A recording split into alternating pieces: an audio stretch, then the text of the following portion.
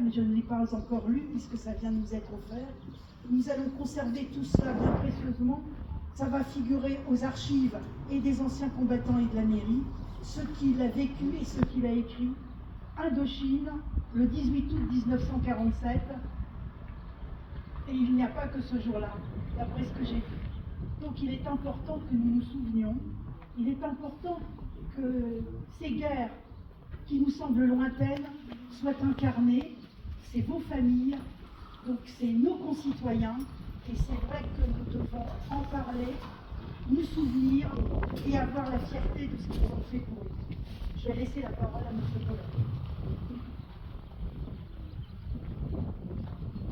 Faire tracer la carrière militaire de l'engagement de M. Edmond Debeau.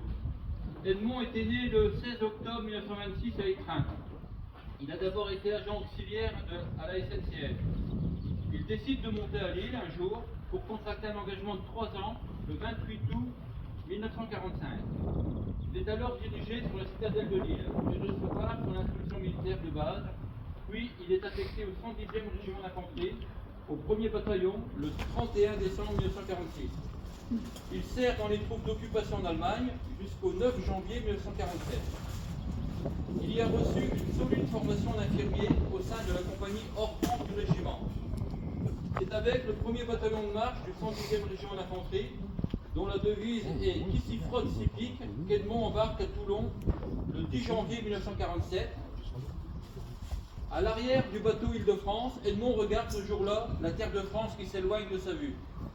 Il débarque en Indochine à Tourane, le 4 août 1947, et il part aussitôt en opération avec son unité.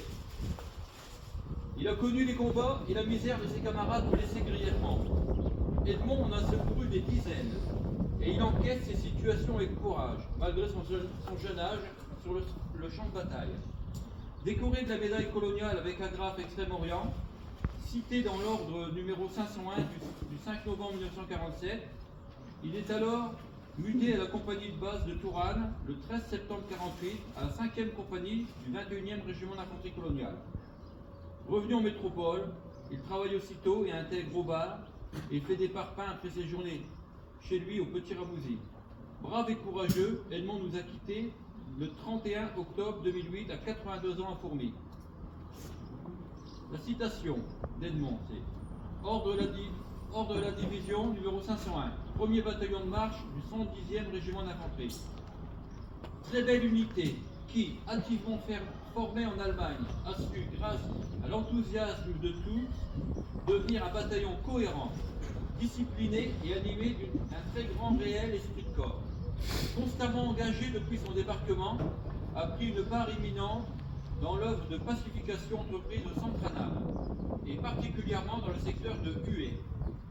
Par son activité incessante, ses embuscades et ses patrouilles profondes, a maintenu le rebelle loin de la montagne et lui a infligé les plus dures pertes.